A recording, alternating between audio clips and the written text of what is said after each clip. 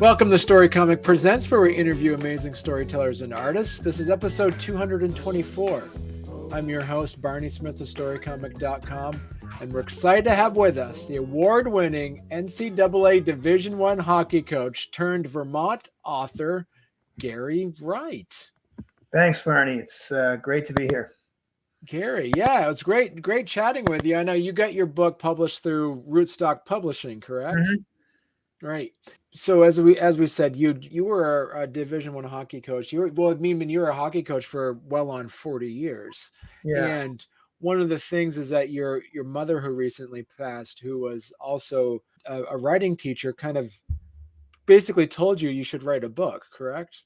Yeah. I mean, I had done a one that I self-published called Pass the Biscuit back around 1991, which was more of an X&O book.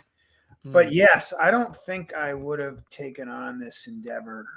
But my mother really sort of stayed on me pretty regularly. I guess just from the stories I had told her, that kind of thing through the years or whatever. But yeah, I don't think I would have undertaken it otherwise. And she worked with me a little bit on it, which was kind of interesting.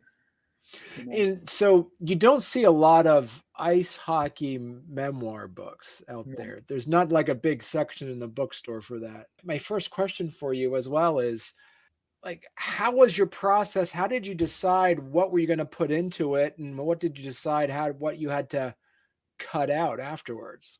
Sure. Well, I think one of the advantages that I had when she asked, or, when she was kind of,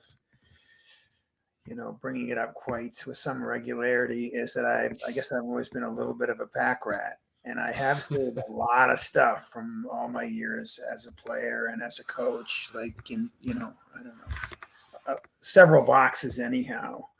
And I had done a little bit of writing before, as I mentioned to you, with that self-published, and it's always interested me, particularly being around her. And it's in my family too. My sister teaches at Middlebury College, and my brother-in-law is an English teacher, professor at Champlain College. So it's always been a little bit, around me. My father was a hockey coach, and that's how the reason I gravitated there. And my sisters and brothers gravitated a little bit more towards my mother on maybe the literary side or the English side or whatever.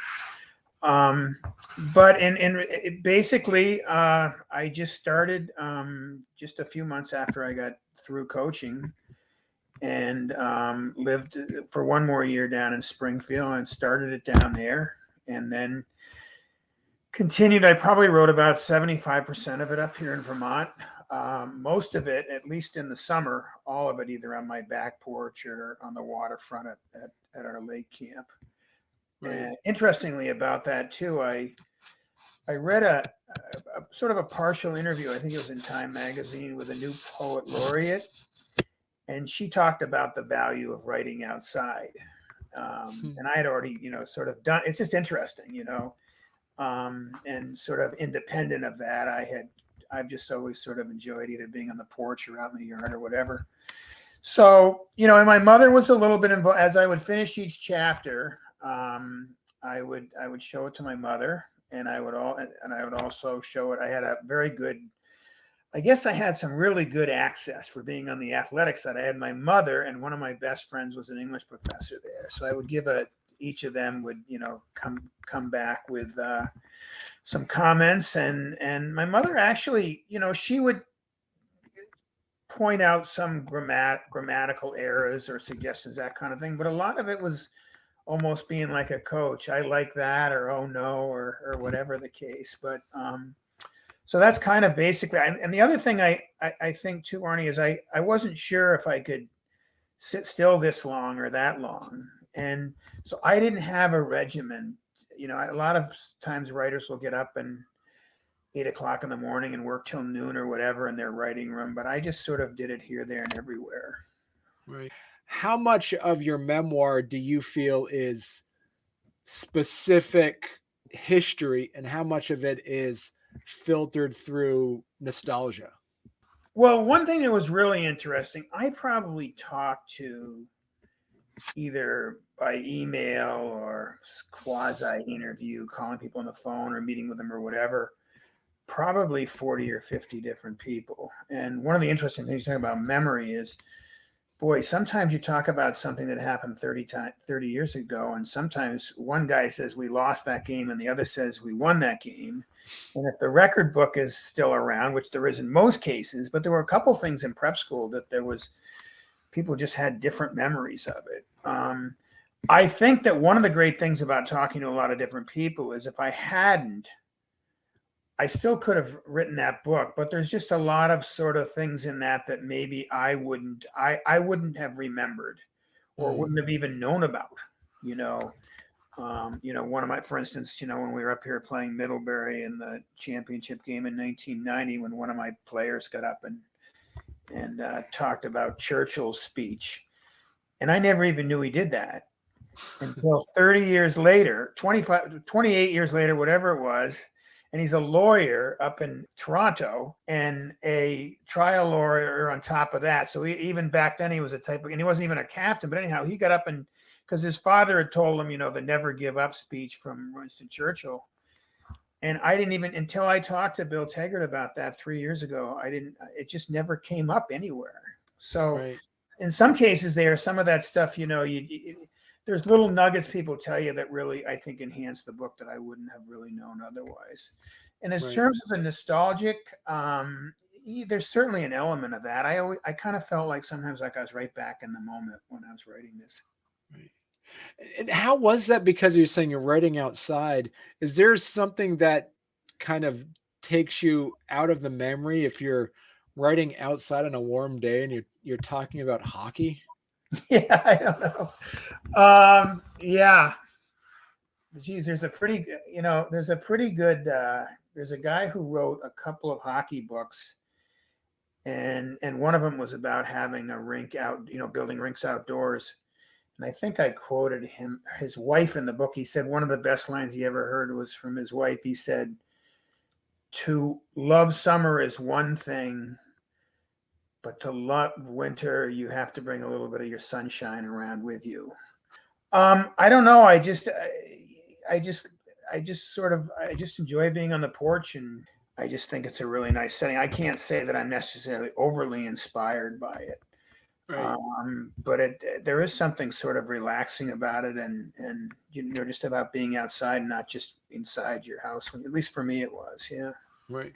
I mean, because you spent, as we said earlier, you spent 40 years coaching. You're at Rice Memorial, you're at the University of Maine, and then you're at the American International College.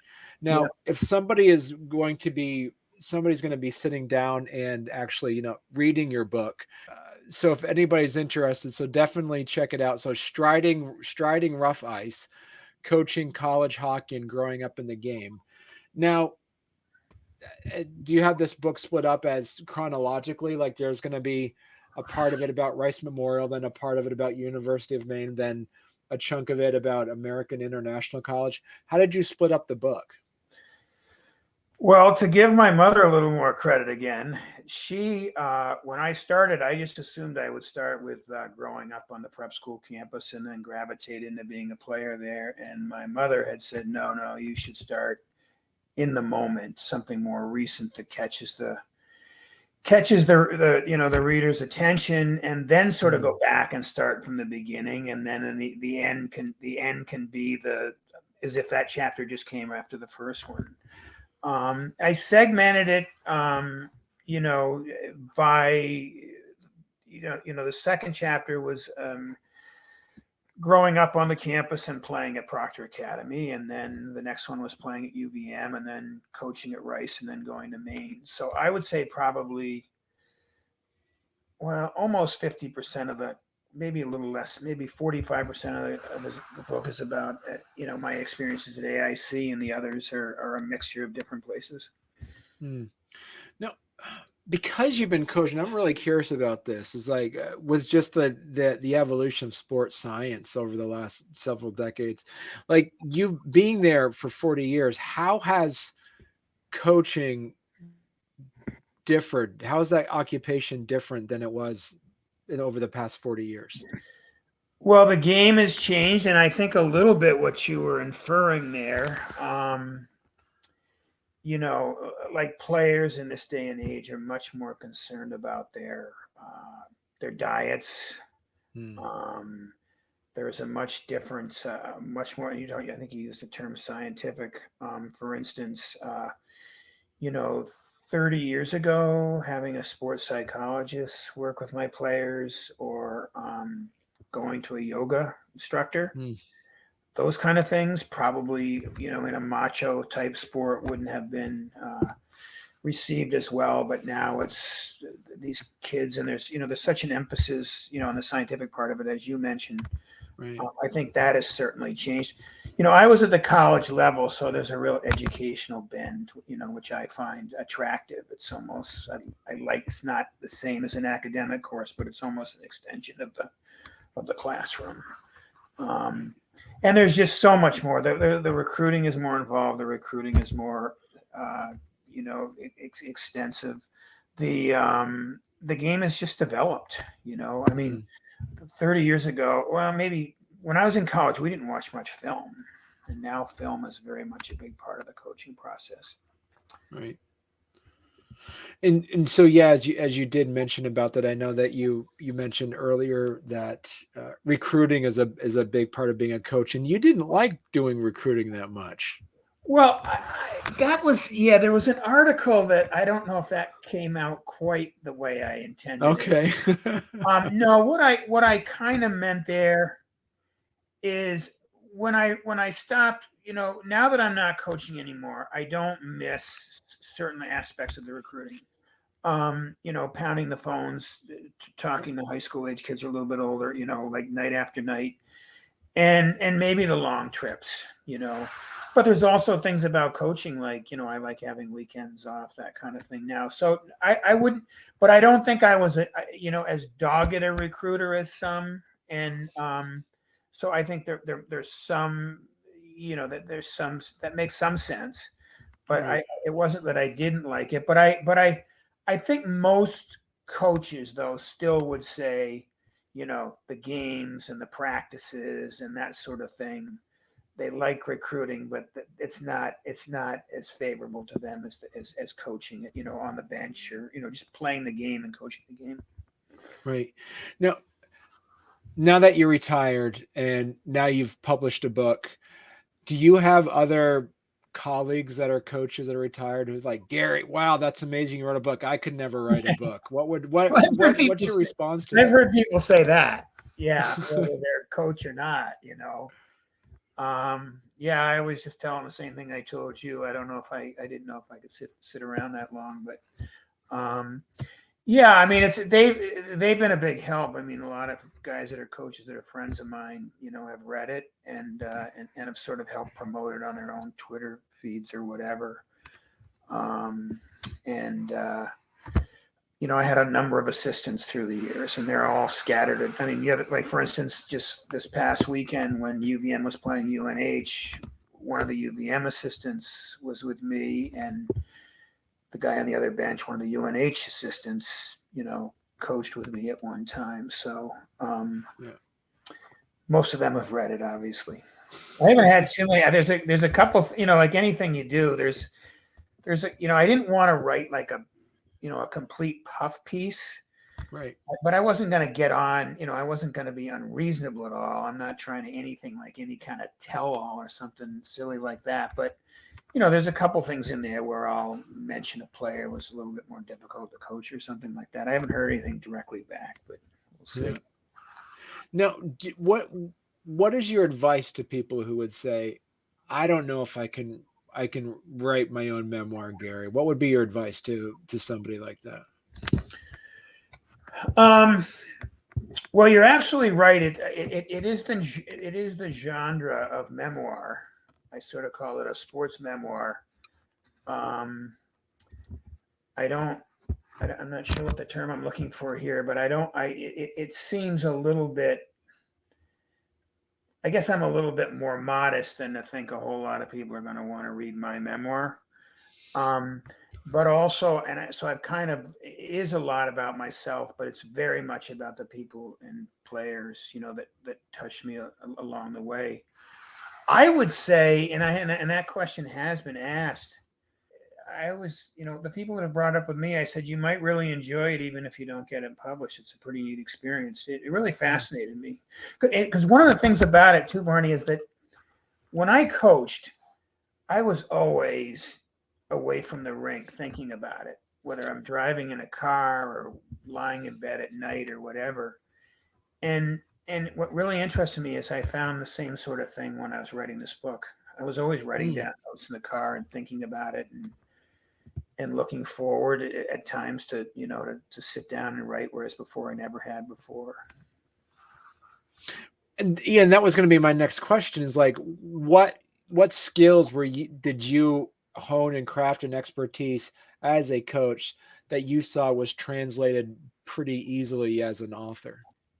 I guess the focus, the discipline, there's an element of of just doggedness, getting up and doing it, and the creative aspect too. One of the reasons that I thought I might be able to be a decent writer, and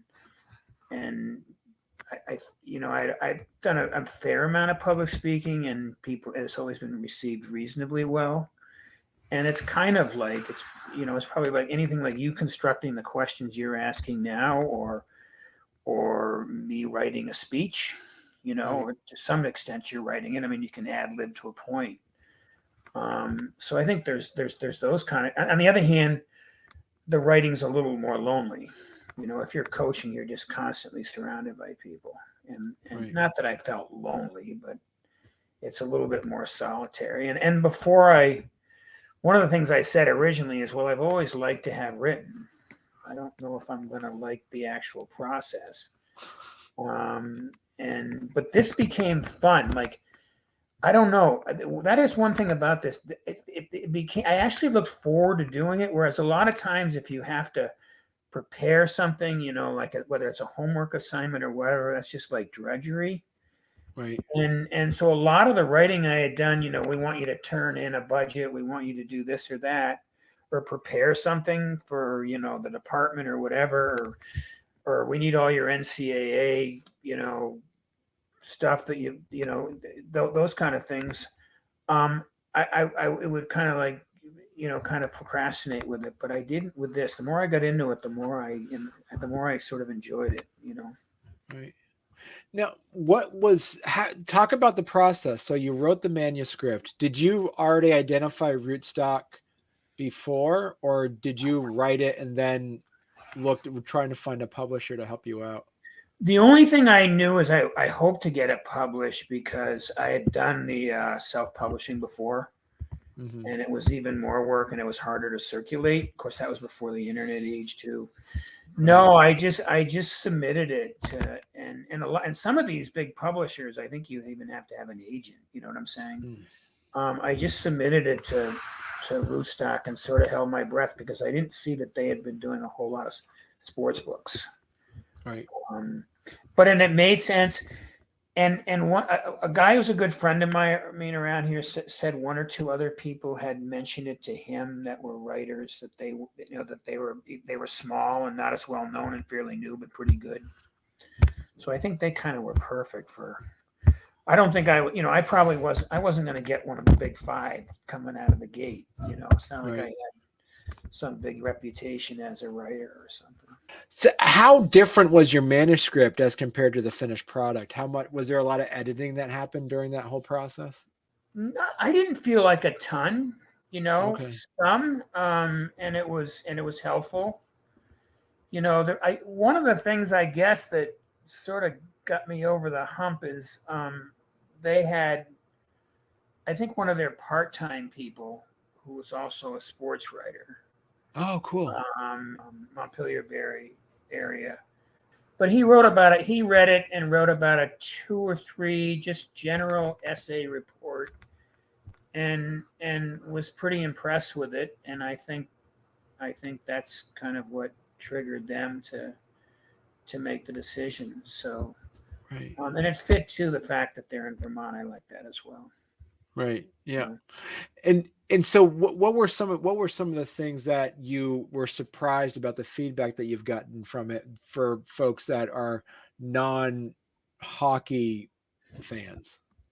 a number of people have mentioned that it's fairly well written, and I guess I've never really thought of myself as a writer per se. So I guess that's kind of nice. And I'm a big Ken Dryden fan. He was a great player for the Montreal Canadiens Okay. and won a bunch of Stanley Cups, a goalie, and also became a lawyer and was also in Parliament and has written about his, how it's a little bit, arbitrary, but how they'll have these lists of the 25 best sports books ever written. Well, there's Right. one hockey book that always gets in there, and that's The Game, which is a book that Ken Dryden wrote. And he's written he's a hockey guy, but he's essentially a writer too. But he's always been a guy that I've kind of looked up in that area. Mm. But in terms of yeah, and I guess I've been a little encouraged that, whether it's family members or friends or, I've had a couple friends read it that are not hockey people, and assuming that hopefully I don't want them to tell me they like it if they don't, just to be nice. But I think that I think there's enough. I think if you're a sports person that plays another sport, I think you can still like this. And but at least some people that aren't really in athletics at all, at least have been able to get through it without saying it was like pulling teeth or anything. Right. Because that's a good point. So just to be clear, you don't have to know anything about hockey to enjoy this book. No, it helps to have, it helps to have some knowledge, but yeah, it isn't an X. There's an X and OL. As a matter of fact, Barney, the guy who was reading it along with after I wrote it each time, I was telling you, there's an English professor. He's a big sports fan. Mm. And about 3 chapters in, he said to me, I'm glazing I like it, but my eyes are just glazing over a little bit when you get into that too much X and O stuff. The right wing is here and the left wing is there. And so I dialed it back. Okay. Realizing I should keep some of that in because it's very much a part of the game, but not overdo that. And that was probably one of the better insight that I got. So it's a good question. Right. Because you had to make sure that it's, accessible to all readers, because thinking about it as a memoir, do you also look at it based off of mostly your personal journey or just the historical context of what was happening in college hockey over the last several years? I think it's a little bit of both. I was always writing with the idea that, to some sense, it has to be entertaining. It has to be something somebody's going to want to read. I think it's sort of filled with anecdotes and side stories and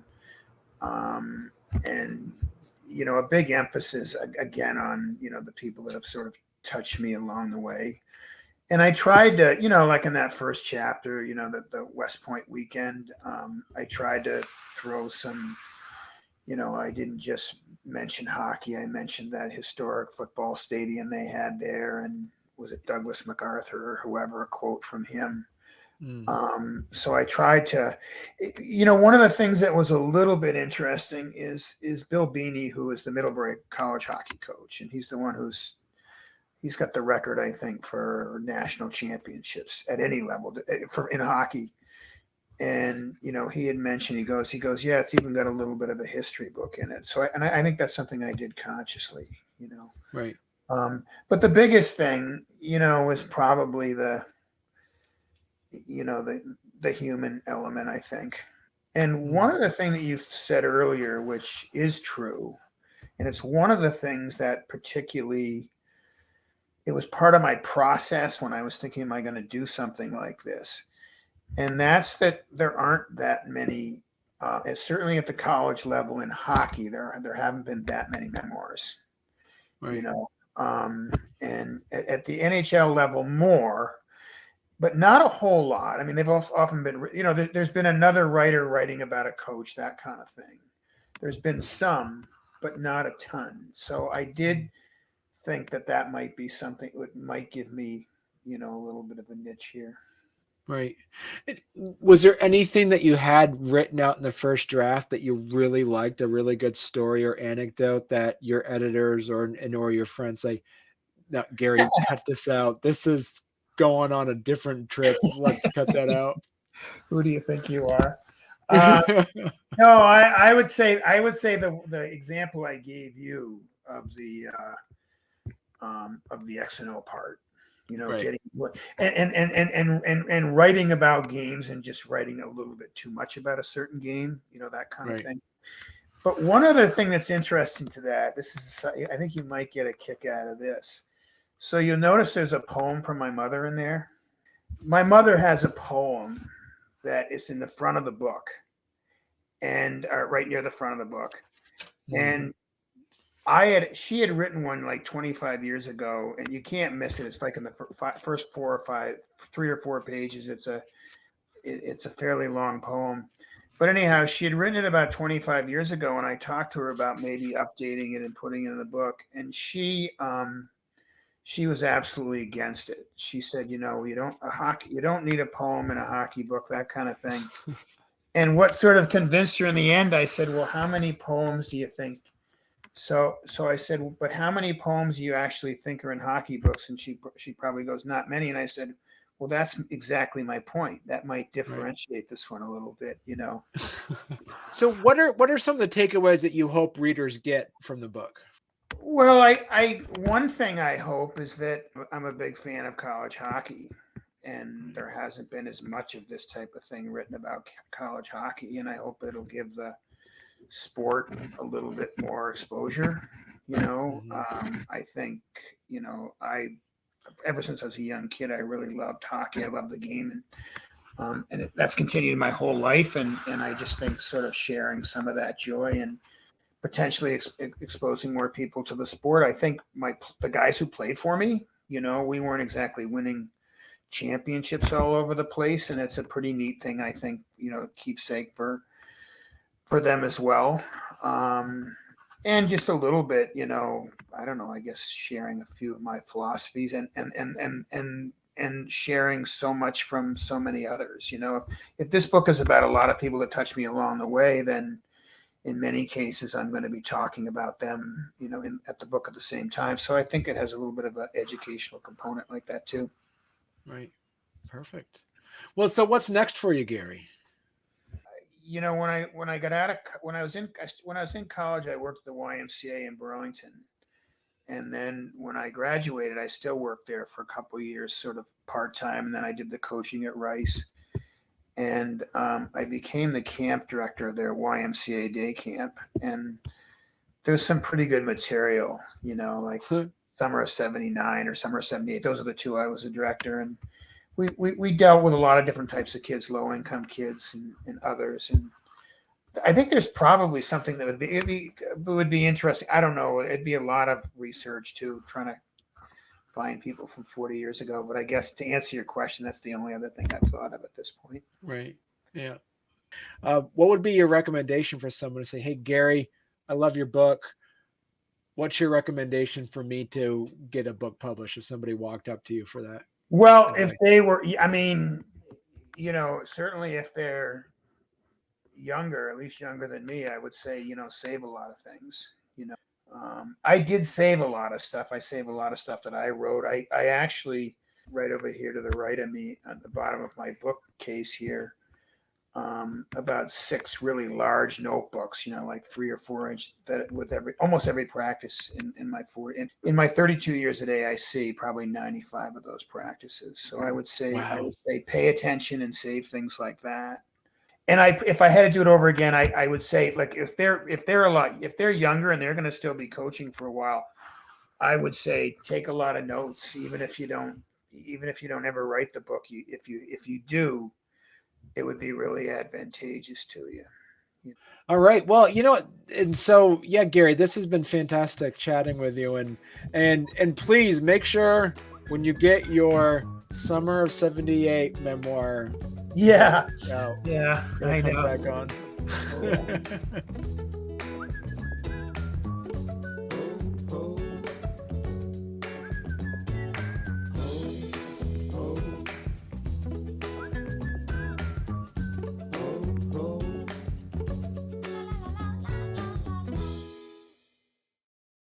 But this must be like some part of it, Gary, just being a hockey coach. This must be one of your favorite times of year when it starts to get cold, huh? Yeah. I don't complain about the winter.